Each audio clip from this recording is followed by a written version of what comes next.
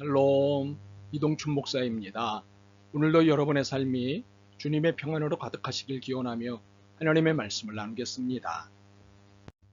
오늘 주시는 말씀은 사도행전 14장 1절로부터 28절의 말씀입니다.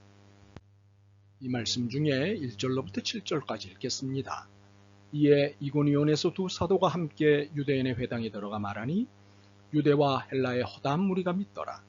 그러나 순종하지 아니하는 유대인들이 이방인들의 마음을 선동하여 형제들에게 악감을 품게 하거늘 두 사도가 오래 있어 주를 힘입어 담대히 말하니 주께서 그들의 손으로 표적과 기사를 행하게 하여 주사 자기 은혜의 말씀을 증언하시니 그 시내의 무리가 나뉘어 유대인을 따르는 자도 있고 두 사도를 따르는 자도 있는지라. 이방인과 유대인과 그 관리들이 두 사도를 모욕하며 돌로 치려고 달려드니 그들이 알고 도망하여 루가오니아의 투성 루스드라와 더베와 그 근방으로 가서 거기서 복음을 전하니라. 아멘. 사도행전 14장 1절로부터 28절 말씀을 본문으로 그리스도인의 결정 원칙이라는 제목으로 말씀을 나누도록 하겠습니다. 안디옥에서 정치적 추방을 당한 바울과 바나바 두 사도는 억울해하기보다 당당하게 발의 먼지를 털어내고는 이고니온으로 왔습니다. 이곳 이고니온도 안디옥과 마찬가지로 두 사도가 전하는 복음을 많은 유대인과 헬라인들이 믿었습니다. 정말 놀라운 일의 연속이었습니다. 안디옥에서도 복음의 역사가 놀라웠는데 여기서도 놀라운 일이 일어났습니다. 허다한 무리가 믿는 일이 일어났습니다. 그러나 복음이 전해지는 곳에는 반드시 방해 아니면 박해가 있게 마련인데 이건 역시 예외가 아니었습니다. 2절입니다. 그러나 순종하지 아니하는 유대인들이 이방인들의 마음을 선동하여 형제들에게 악감을 품게 하거늘. 여기서도 자발적이 아닌 선동에 의한 비자발적 방해 행위가 일어났습니다. 마치 일당을 받고 데모 집회에 나온 비자발적 군중들과 같았습니다. 그러나 혁명의 역사는 언제나 비자발적 군중이 아닌 자발적 군중에 의해 쓰입니다. 그런데 이번 이고니온에서의 방해 작전을 대하는 두 사도의 태도는 안디옥에서의 태도와는 사뭇 달랐습니다. 안디옥에서는 먼지를 떨어버리고 떠난 반면 여기서는 두 사도가 오래 있어 주를 힘있게 담대히 말하니 였습니다. 혹시 안디옥에서의 경험이 배짱을 두둑하게 만든 것일까요? 믿음이 좀 더 단단해진 것 같습니다. 여하튼 복음에 대한 방해와 박해는 결코 떠나는 법이 없습니다. 4절과 5절입니다. 그 시내의 무리가 나뉘어 유대인을 따르는 자도 있고 두 사도를 따르는 자도 있는지라. 이방인과 유대인과 그 관리들이 두 사도를 모욕하며 돌로 치려고 달려드니 오래 버티던 바울과 바나바는 이러한 위급상황을 다시 만나게 되었습니다. 그래서 다시 자리를 옮겼습니다. 6절과 7절입니다. 그들이 알고 도망하여 루가오니아의 두성 루스드라와 더베와 그 근방으로 가서 거기서 복음을 전하니라. 두 사람은 버틸 때까지 버텨보자는 마음을 가졌던 것 같습니다.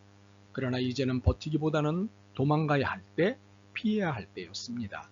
아직은 죽을 때가 아니고 복음을 더 전해야 할 때였기 때문입니다. 그래서 피하여 루스드라로 간 것입니다.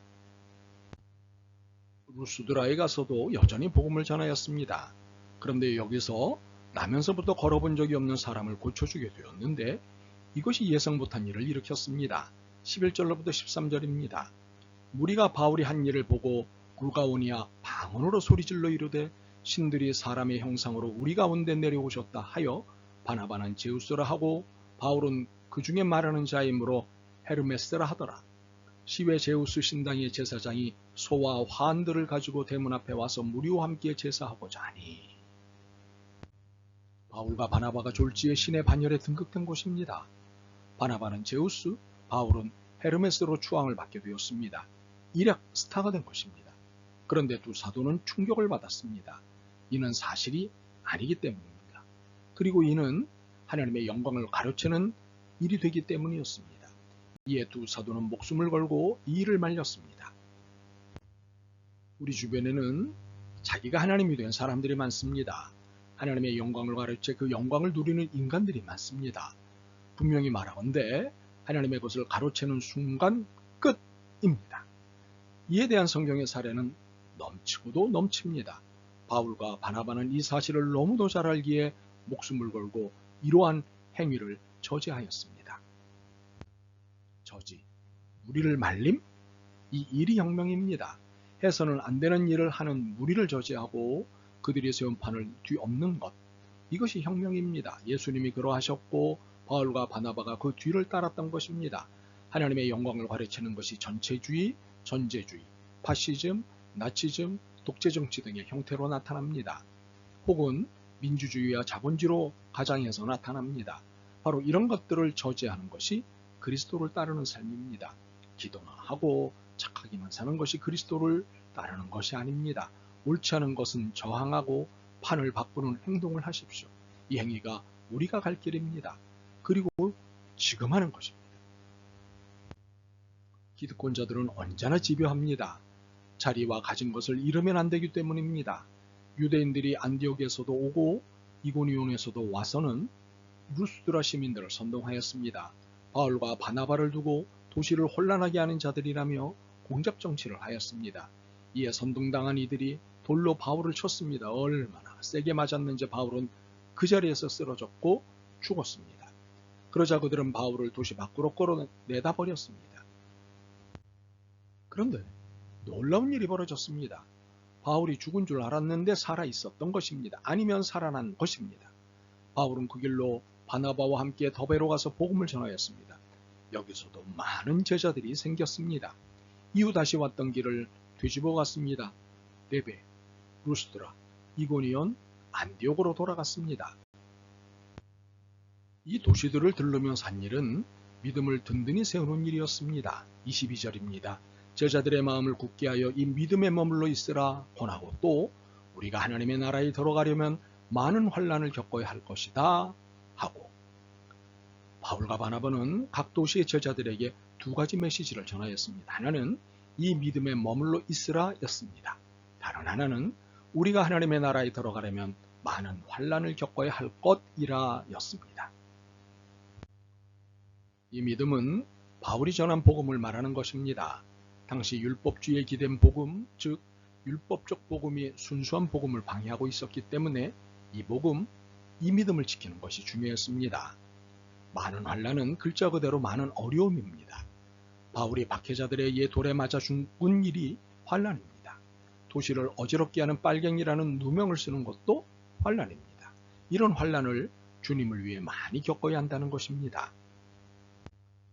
바울과 바나바는 더 많은 리더십이 필요하다는 것을 절감했습니다. 많은 이들이 복음을 받아들였기 때문입니다. 그래서 각 교회의 장로들을 세웠습니다. 그리고는 밤빌리아를 거치고 보가를 거쳐 안디옥으로 되돌아갔습니다. 그들은 그간의 사역을 보고하는 보고대회를 열었습니다. 하나님이 함께 행하신 모든 일과 이방인들에게 믿음의 문을 여신 것을 보고하였습니다. 그리고 제자들과 함께 오래 있었습니다. 그리스도인은 때를 기다리고 때를 맞춰 움직이고 때에 맞는 행동을 하는 사람입니다. 우리는 이것을 하나님의 뜻이요 시간이라고 말합니다. 그래서 언제나 지금이 그때인가에 민감해야 합니다. 우리는 그리스도께 속한 사람들입니다. 그러므로 그리스도께서 우리를 필요로 하시는 그때에 네 하고 응답하는 사람입니다. 하나님은 언제나 정의로우시기에 우리는 순종만 하면 됩니다. 결국 우리들이 어떤 일이든 이를 선택하거나 결정하는 원칙은 두 가지입니다.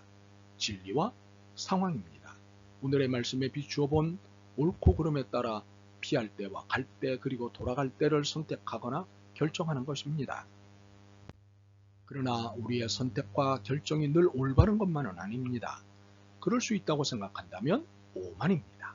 실패할 수도 있습니다. 이 사실을 인정한다면 어쩌면 주님의 인도를 더 잘 받을 수 있을 것입니다. 오늘 우리는 피할 때일까요? 가야 할 때일까요? 아니면 돌아가야 할 때일까요? 이처럼 매일 선택의 지점에 서 있는 우리의 삶은 긴장에서 벗어날 수 없을 것입니다. 그러나 이 거룩한 긴장을 즐길 수 있기를 바랍니다. 왜냐하면 이 긴장은 주님의 스릴로 가득 차 있기 때문입니다. 긴장으로 가득 찬 선택의 시간이겠지만 이때를 즐기는 우리가 되길 소망합니다. 아멘. 주님, 주님의 때를 알게 하옵소서. 갈 때와 멈출 때, 할 때와 기다릴 때를 깨닫게 하옵소서. 되돌아설 줄도 알게 하옵소서. 예수 그리스도의 이름으로 기도드립니다. 아멘. 오늘도 여러분의 믿음과 삶을 응원합니다. 사랑합니다.